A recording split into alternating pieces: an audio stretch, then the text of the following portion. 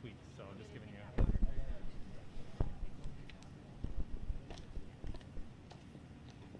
All right, it's your soiree, man. There. Thank you. So are you.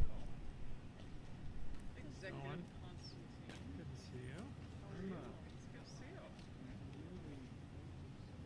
Slide on top of that thing, which seems like We're all going down. We're all going to go down the slide at the end. That's part of the program. Susan, with the distancing, you just want folks kind of spread out behind, right? Yep. Okay. All right. Just spread out behind. Make sure there's How are 6 you? feet good to see you. between. I'm gonna kick it off. Hi. We're gonna do this. Hi. Hi. Thank you so much. I took off the mask. Staggered? Good with our 6 feet? So much.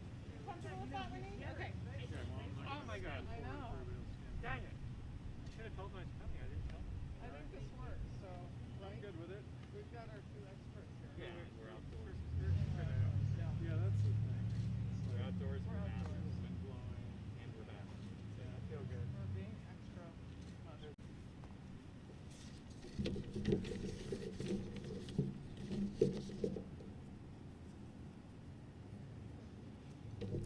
Well, good afternoon, and welcome to Kaiser Permanente's Capitol Hill Medical Center. It's great to have you all here today. And we are honored to have Governor Inslee, Mayor Durkin, Executive Constantine, Secretary Shaw, and Dr. Duchin here today to talk about a crucial step we are taking to slow the spread of COVID-19 in our communities. Historically, vaccines have brought an end to the epidemics of smallpox, polio, and other deadly diseases. And right now, vaccines are the only way to bring an end to this pandemic. With the dramatic increase in serious COVID-19 cases, primarily affecting unvaccinated individuals, it's critical that we vaccinate as many people as possible, as quickly as possible. I can't overemphasize the importance or seriousness of what we're facing as a state, a nation, and a global community. Here at home, although we've made incredible strides to offer and ensure vaccination for all Washingtonians, we still see a large number of unvaccinated individuals, which has increased the risk for everyone.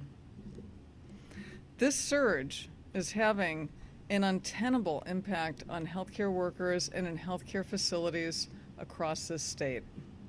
We must do all that we can to protect ourselves, to protect each other, and those we serve from this deadly virus. Last week, Kaiser Permanente announced that we're requiring all employees and all physicians to be fully vaccinated by September 30th. As the country's largest integrated care delivery system, it's our responsibility to continue to lead the way to keep our communities, members, patients, and one another safe and healthy. A fully vaccinated workforce of employees and physicians will help us demonstrate our deep commitment to disease prevention, public health, and most importantly, ending this pandemic.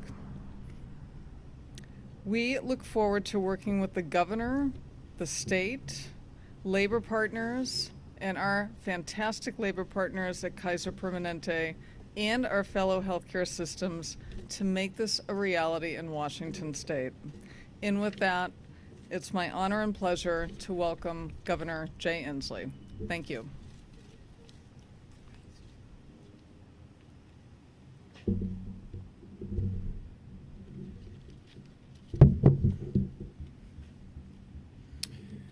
Thank you, Susan, for your leadership. Good afternoon, everyone. This is a beautiful afternoon, but we have to recognize a reality. We have essentially what is a new virus at our throats, a new virus that is twice as transmittable and is causing an explosion of this dread disease in the state of Washington. We're in the middle of an explosive threat to our freedoms because of this disease. We want the freedom of not having to shut down our economy again. We want the freedom of not having to wear masks sometime in the future. We want freedom of our children not having to worry about getting this disease. And we want freedom for everyone to live without even to think about the COVID virus. And we know that there is only one path to that freedom, and that is through more Washingtonians getting this safe, effective, successful vaccine. Therefore, today, the state of Washington is taking decisive action against this COVID disease. We do so to protect our vulnerable communities, to prevent further calamity to our state, and to once again be on the path to full recovery for the state of Washington.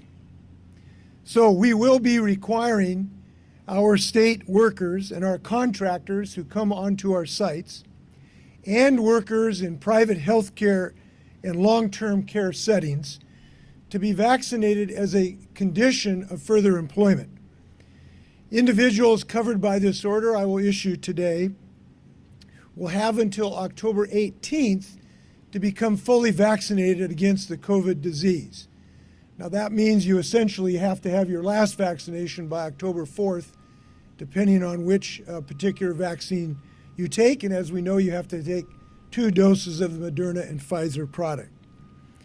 So October 18th will be the date we will expect all of our state employees and folks in healthcare settings to become fully vaccinated and therefore save lives in the state of Washington. This will be a condition of further employment in the state of Washington.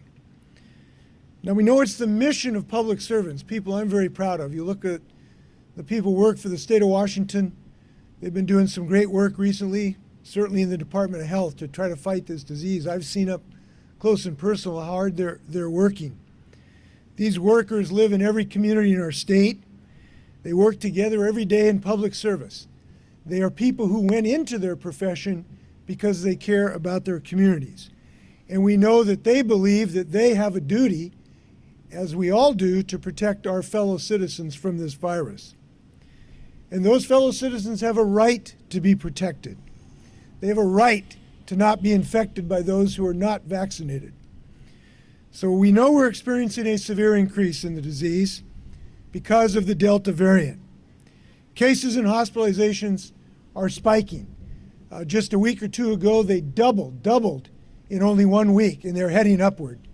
Since the first wave, this is the highest R naught number that we have had. And we know that the overwhelming majority, something like 95% of recent hospitalizations, are for people who've not been vaccinated.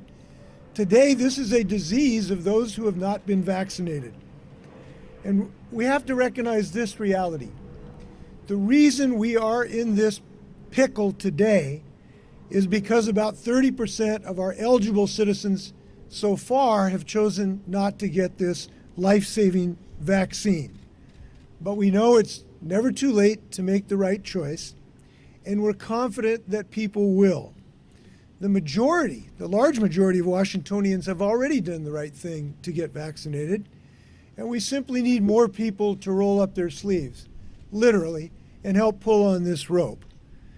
You know, it's understandable, I think, that some have been hesitant up till now.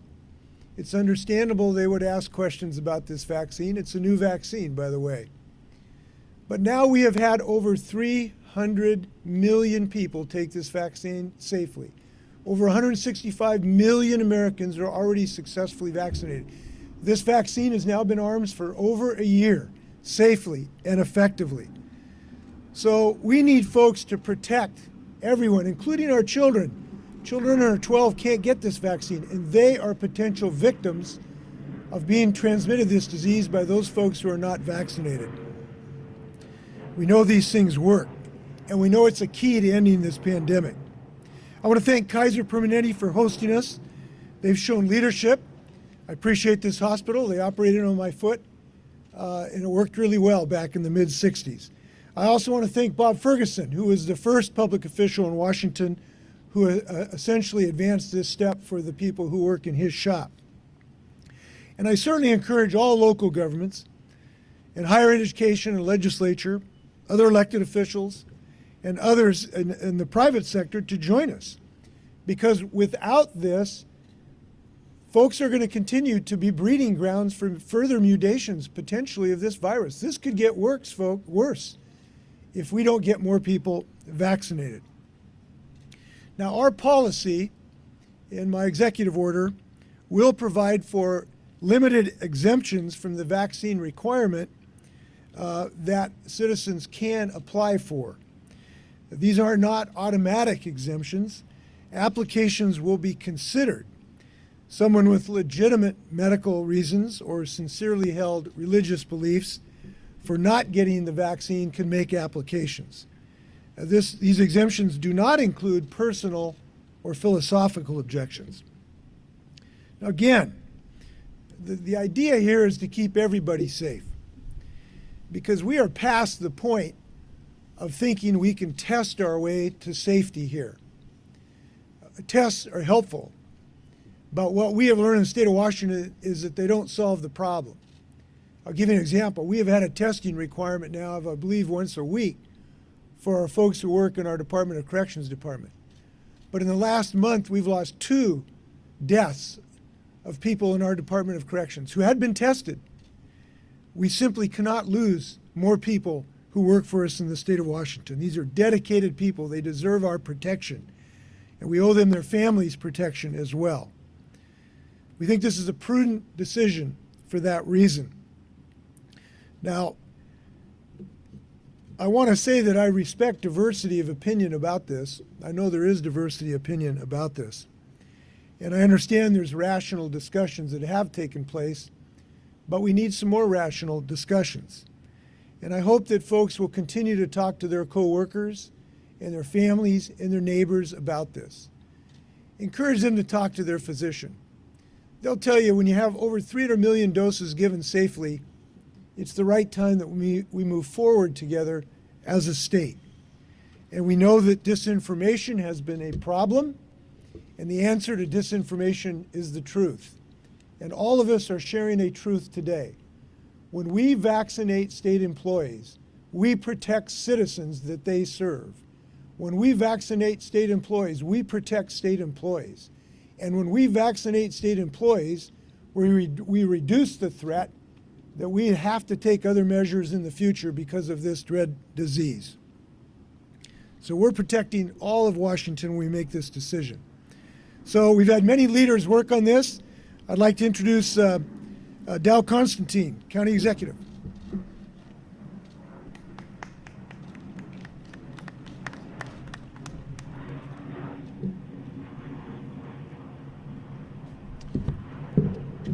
Well, thank you, Governor, for the introduction, and more to the point, thank you for taking this step today to protect the health of everyone in our state. King County will be mirroring the state employee policy, and we will be requiring all 13,500 executive branch employees to be vaccinated by mid-October.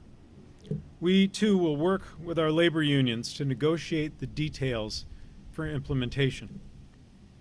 King County is already one of the leading communities in the state when it comes to vaccination, with more than 81% of everyone over the age of 12 having had at least 1 dose and 75.5% of people fully vaccinated.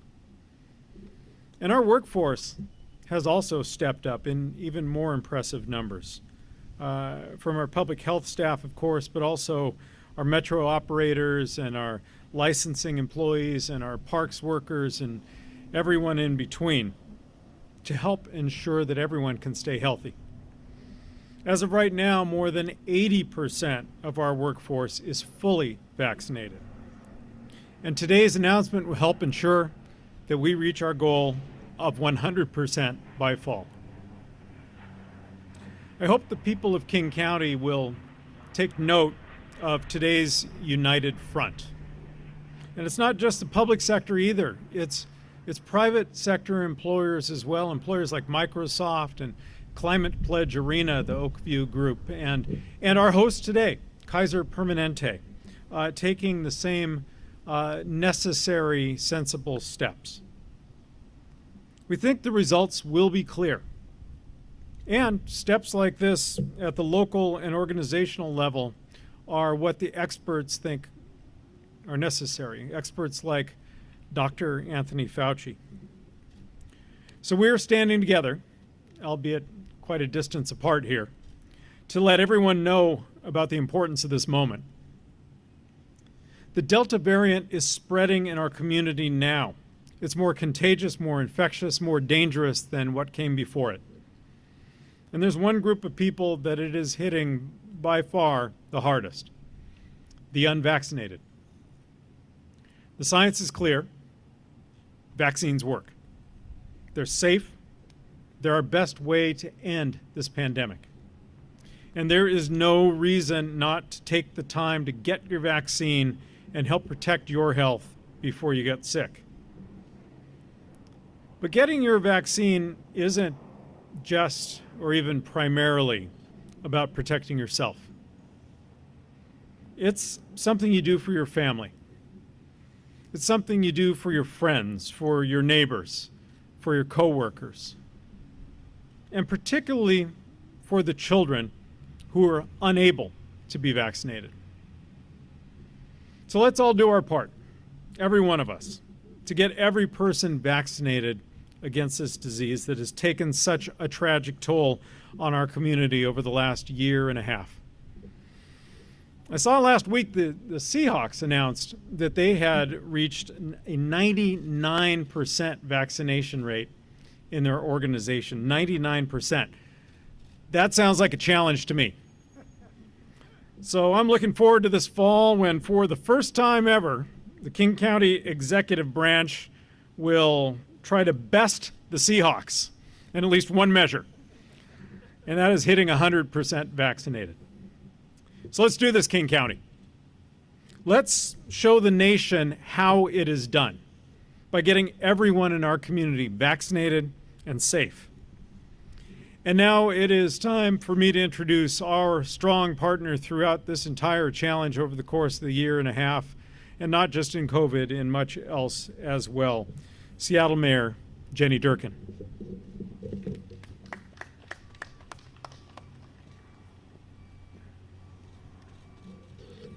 Thank you very much. Thank you, Governor. Thank you, Dow. Thanks to the other partners, Susan, for hosting us here. Good afternoon. Thank you, everyone who's joining us here today. Just 17 months ago, the COVID-19 pandemic touched down in our region and upended everything in our lives. We worked quickly to launch programs to curb the spread of the virus, to help those who are most impacted. Lines of government business changed overnight, as did all of our public partners and the healthcare industry. And today you see one of the large reasons why this region and this city have been most successful in fighting this disease. A unified front behind us and many levels deep. You see not just your elected officials, but your healthcare industry, private industry, our public health industry, together working together to do what the science mandates. And do not just what we need for today, but to anticipate what we will need tomorrow so that we can come out of this safely. Our work to save lives does not happen by accident. It happens by the choices we make. Let me say that again. The work to save lives does not happen by accident. It happens through the choices that we make. From the initial days, till today, Governor Inslee, Executive Constantine, and I believed we needed to speak as one with government, but we needed to listen to public health and work with private industry. We needed to listen to community, all working together every step of the way with our partners. We took extraordinary efforts to provide the help the people needed, from cash assistance to providing small businesses with parking. We worked together to fight this terrible disease. Now in Seattle, we have seen that our small businesses have been leading the way.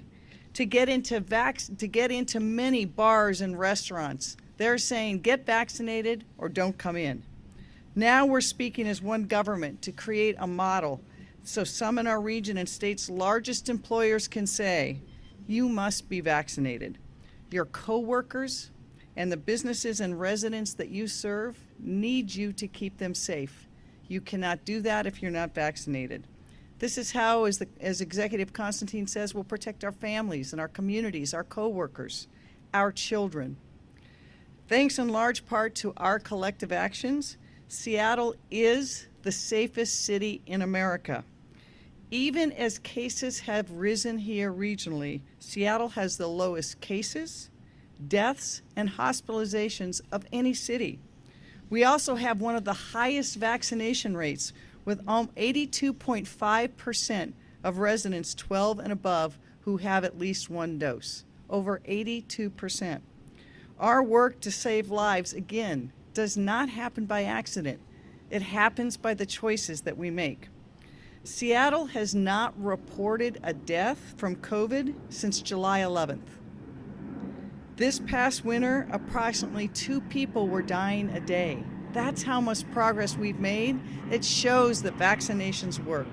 This has become a pandemic of the unvaccinated. The only way to fight it is to get everyone vaccinated. The Delta variant is one of the most dangerous mutations yet. We know there may be additional mutations coming, but right now we know it is spreading through our communities and across our nation. We also know that people under the age of 12 cannot get vaccinated at all, so this variant is a particular risk to our children. I want to thank again the governor for his leadership and friendship throughout this, as well as Executive Constantine. We have had so many calls. I want to thank all the elected officials up and down the I-5 corridor and throughout the state who have taken the time to think about what we need to do next. How do we not just protect our community, but how do we come out of this?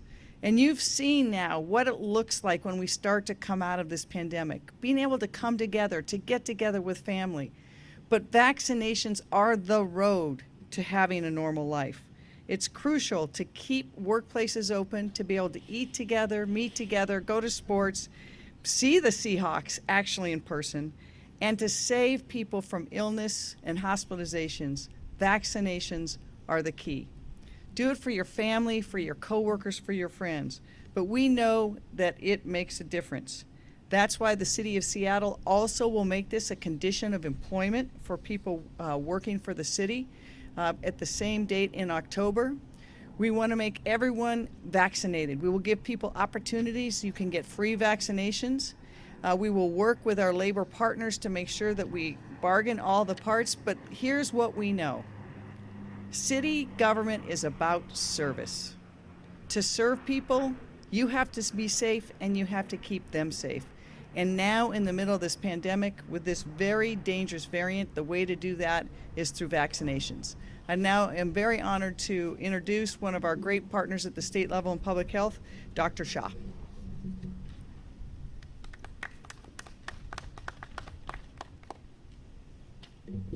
Thank you, Mayor Durkin. Really appreciate those comments. County Executive Constantine, thank you as well. And Susan, thank you for hosting us today, and it's great to be here with Dr. Duchin. My name is Dr. Umair Shah, Secretary of Health for the great state of Washington. I want to thank our Governor Inslee, for your ongoing leadership throughout this pandemic and for taking these important steps today. None of us wish we had to be here today, but this pandemic rages on, not just across our country, but across our state. I want to start by thanking the millions of Washingtonians who have helped us fight this pandemic by getting vaccinated. Unfortunately, we still have far too many of our fellow Washingtonians who have not gotten their vaccine thus far. They are not just unvaccinated, they are unprotected. And they are a big reason why our state is once again seeing a dramatic rise in COVID-19 cases. We're not just seeing a rise in cases, but our healthcare system is under immense strain as the Delta variant is now at least 85% of our cases, and our modeling shows that to be over 95%. What the governor has announced today shows that we at the state support vaccines and that we must protect ourselves and those around us, those we serve. Additionally, we know vaccines are key to prevent healthcare workers from being the very source of COVID-19 transmission in the patients and clients they serve. It is hard for all of us to watch cases increase and vaccination rates slow when we have vaccines available. As the governor mentioned, they work, they are safe, they are effective, they prevent serious illness and death. Let me be clear. Our rise in cases is largely due to those people not getting vaccinated. But the decision not to get vaccinated is now impacting others as well. We hear stories every single day of people in our community who are continuing to face the devastating consequences of this disease on Washington families and the very communities in which they live. That's why whatever we can do to help increase our vaccination rates across the state, we at the Department of Health support. Vaccines, along with other measures such as wearing masks indoors, are key to ending this pandemic. If you are fully vaccinated, thank you for protecting everyone around you, including those who cannot be vaccinated, like kids. If you are not vaccinated, today is the time to talk to your healthcare provider. Today is the time to talk to your healthcare provider. Again, Governor, thank you for your leadership on this issue. We at Department of Health at the state stand ready, along with our public health colleagues across the state and the country, to continue this fight against this pandemic.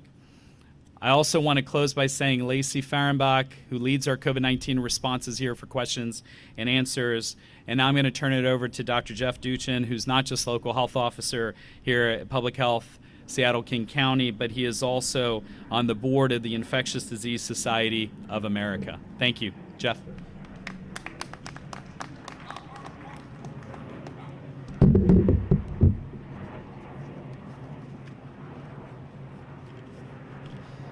Good afternoon.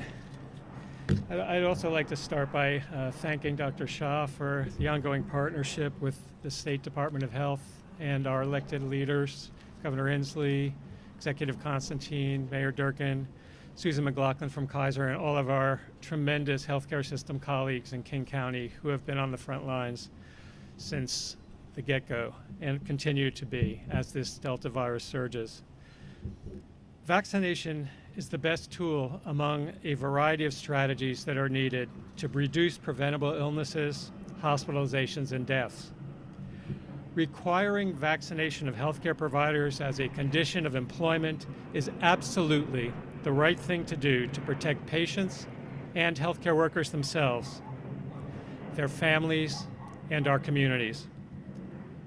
No one should have to worry about getting COVID-19 from a healthcare provider, period. Thank you, Governor Inslee, for taking this important step. On July 3rd, Public Health Seattle-King County joined a wide range of medical, nursing, hospital, public health, and other professional societies endorsing mandatory vaccinations for healthcare personnel as a condition of employment. These professional organizations include the American Medical Association, the American College of Physicians, the American Academy of Pediatrics, the American Academy of Nursing, and the American Nurses Association, the Infectious Diseases Society of America, the Pediatric Infectious Diseases Society, the American Public Health Association, Leading Age, and many, many others. As a current member of the Board of Directors for the Infectious Diseases Society of America, I'd like to highlight a few of the key benefits of mandatory healthcare provider vaccinations that are described in the multi-society statement we issued last month. Vaccination of healthcare providers against COVID-19 provides individual protection against COVID-19 infection. It reduces the risk of severe illness, hospitalization, and death. It protects patients and healthcare providers who are unable to receive COVID-19 vaccination. It protects patients who are not able to mount an adequate immune response or who are at high risk for severe COVID-19. It decreases the risk of COVID-19 spreading to patients and coworkers from people with asymptomatic and pre-symptomatic infection. It reduces the risk of transmitting SARS-CoV-2, the virus that causes COVID-19, to household members and community contacts. And it increases protection for community healthcare workforce. COVID-19 has clearly shown us that we are all interconnected, literally, by the air we breathe. And we depend on one another to protect the health of each and every one of us, including the most vulnerable. Healthcare facilities and healthcare workers have an obligation to provide a safe environment for patients and for workers. Requiring COVID-19 vaccination as a condition of employment puts patients first, while also protecting healthcare workers, families, and our community.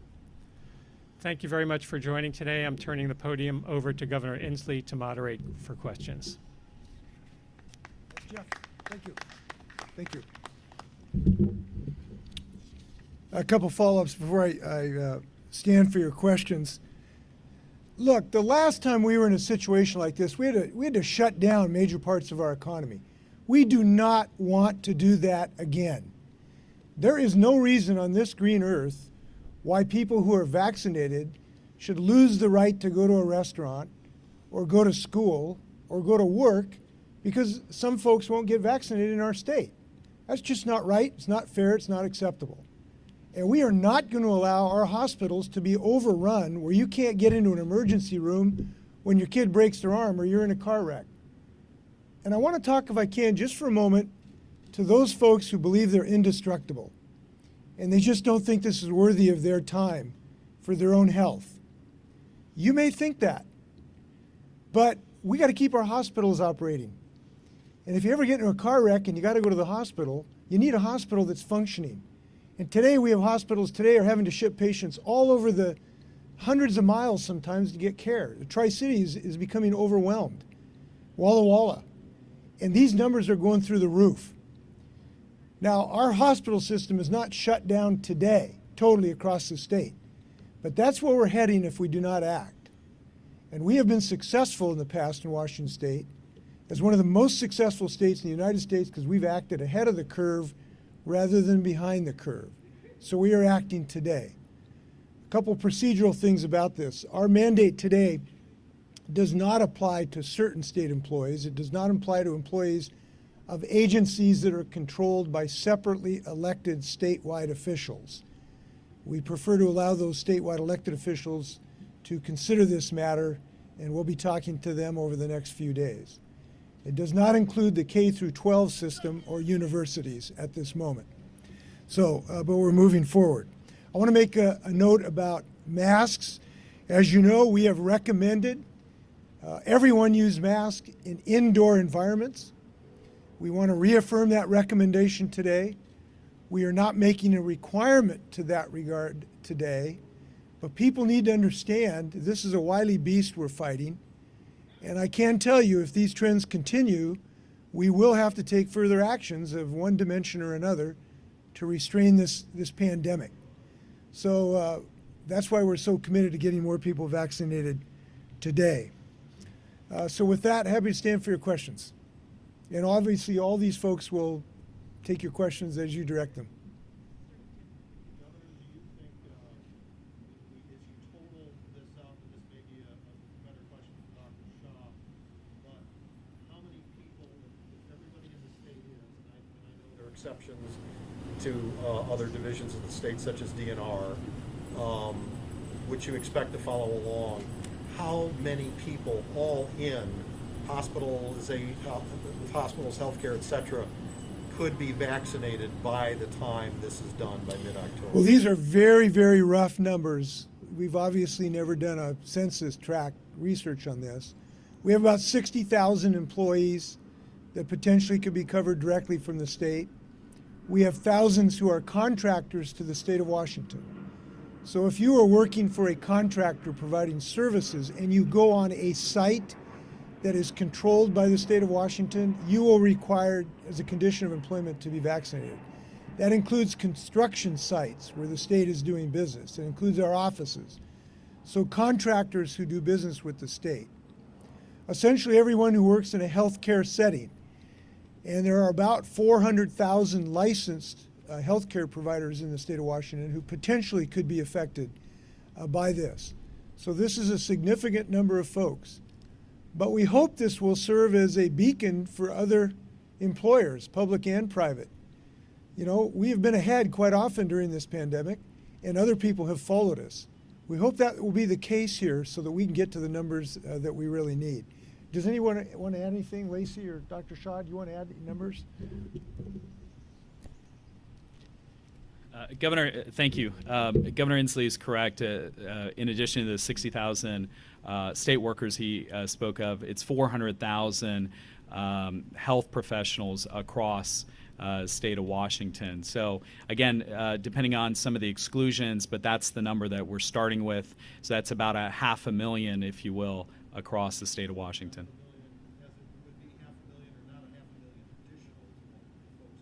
Right, these are already people that, this is the total number, and then some of those obviously, actually, we're hoping that majority of those are already vaccinated, and this is the additional folks that we're now focusing on.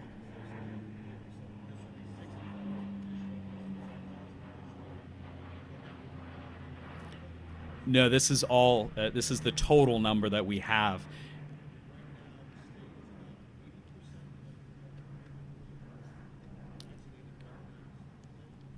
So we're at 70% is in terms of the eligibility. We're at, depending on if you look at 18 plus or 16 plus.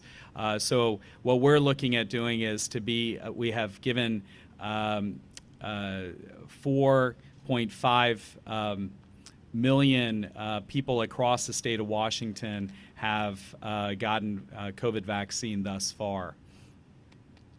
So if that helps. I want to add something to this point, Dr. Shaw. Yeah, sure. Because I want to make sure I understood your question. You know, we're about 70.6% of all eligible Washingtonians have received at least a first dose.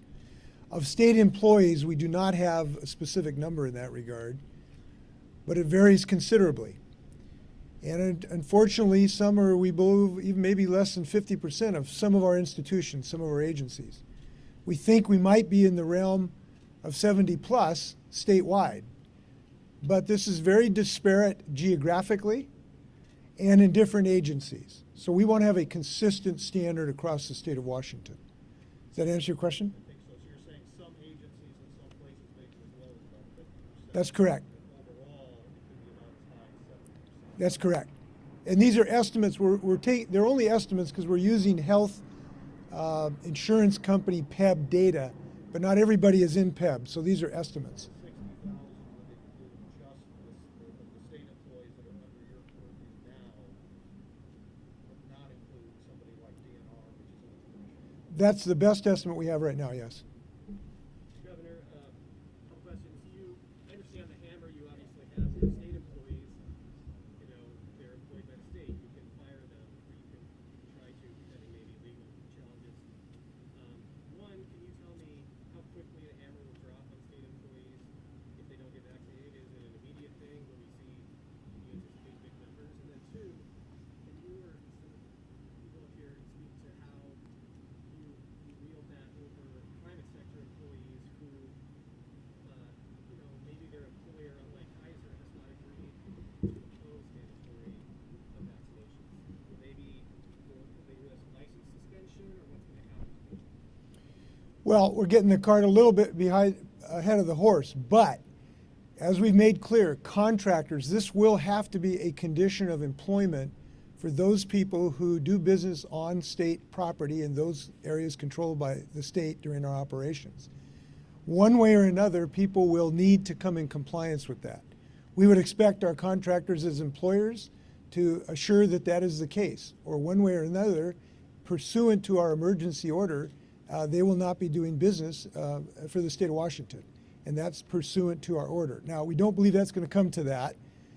There's 1,000 phone calls before we get to that point, but this is a legally binding emergency proclamation by the governor of the state of Washington. And look, as I've reiterated, we understand hesitancy. People have heard a lot of mistruths about this. They've heard there's a microchip in the virus. That's a myth. They've heard it can affect your fertility. That's a myth. They've heard that it hasn't been tested on people. There are over 165 million Americans who've received this. So they've heard a lot of these myths. So we understand some of this hesitancy. But the point is, if you won't do your share and get vaccinated now, you won't be working for the state of Washington. Your first question is, enforcement of individuals will be appropriate to the circumstances. I would assume that there would be some contact before a discharge notice is issued, and we will follow the contracts and the process in that regard. But this has to happen in a reasonable time period. We can't wait till next 4th of July to save lives here. So this is a serious proposal or order, and we're going to follow it. But I didn't understand about the private healthcare workers who don't work for the state, who might not be contractors with the state. They're under this order, right? That's correct. How do they get that? The question was what is the enforcement mechanism for private healthcare context, private healthcare employers? It is the same enforcement mechanism we have if they're giving the wrong drug to somebody and they die. It's the same enforcement mechanism if they're not providing hygiene in their surgical suites. This is a life and safety rule they have to follow. They could lose their license at some point if that became necessary. But again, I hesitate to think about those things because I don't think they're going to happen. The employer community in healthcare, I believe, largely understands why this is a good policy. So I do not anticipate employer noncompliance in this regard. Anything else? Are we taking questions from other people, Tara?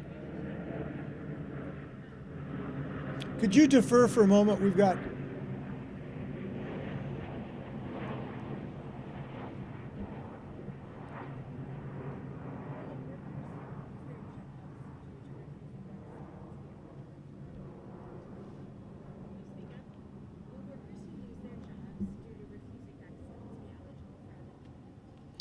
I don't know the answer to that question, and I don't want to see that happen. These are valued people. They do great work. They work hard. They've been working during COVID really, really hard. They're doing valuable public service. We have invested tons in training them. These are precious to the state of Washington. We don't want to see that happen. We're going to engage in providing them as much medical information as they're willing to listen to. And a lot of these folks, frankly, have not had a chance because they haven't seen it necessary to really sit down and look at the medical information. They've heard Uncle Harvey say something at the dinner table that's not true, or they saw a tweet for somebody. By the way, there are whole industries whose job it is to provide misinformation about this. So we're going to work like the Dickens in the upcoming days to provide good, solid medical information to people. And again, we encourage everyone to talk to their physician about this subject if they do have questions. And we hope that that will succeed. I will get you a specific answer about unemployment as soon as I can.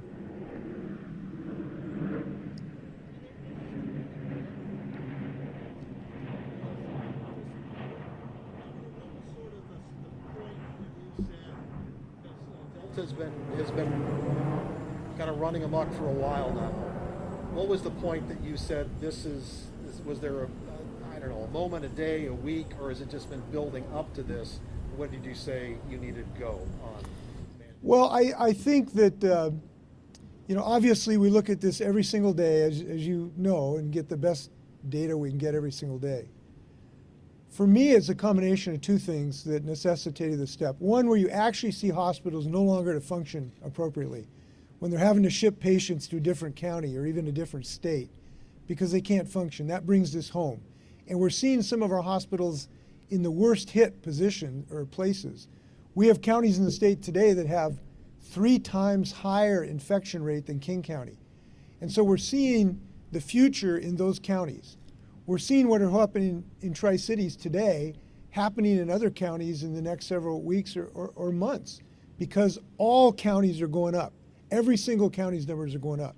So when I have a window into the future that hospitals can't function, that means we got to act. Now, I will tell you this on a personal basis. I went to a memorial service for one of our state employees a couple weeks ago. And this person left a 9-year-old daughter. And I was listening to this daughter, and I'm going, this young girl didn't have to lose her father, who was in his early 40s. And I just don't want any state employee or their family to suffer needless death. And we now have had 2 needless deaths that I'm aware of in our Department of Corrections alone, even though we've had a testing protocol that's really good. And that hit me right here, to see more children lose their parents. So it is a time to take action. I believe it's my responsibility to take action, and we are. Anything else? Santos with Crosscut asked, if the union thinks it's subject to bargaining, how can the governor fire over vaccine refusal? So this is a binding condition of employment. We are tremendously confident that the state has the ability to make this a condition of employment. But we do have an obligation to bargain the impacts of that decision. And if the unions want to have that discussion, we will have a discussion with the union representatives. But this clearly is within the ability and the necessity in this case, from a life and safety standpoint, to make a requirement. We have thousands of safety regulations on our books that are executive decisions, fall protection, seat belts, you name it, that are necessary for the protection of our employees and for the public. And so we feel this is entirely appropriate. Governor, could you give an example, to the extent that you know it, of what a valid religious exemption might look like, and how it would be, who would determine what is a, I think you said, truly held religious belief? We will have further guidance on this in the upcoming days. We're putting on the finishing touches of that approach, so we'll share those when they're available. But obviously, given the nature of this, we're looking for sincerity and integrity of reporting to the employer, and we will expect that from all employees. But we'll get you more information in the upcoming days. Anything else? Anything? Please be safe. Be well. And thank you, Susan, again.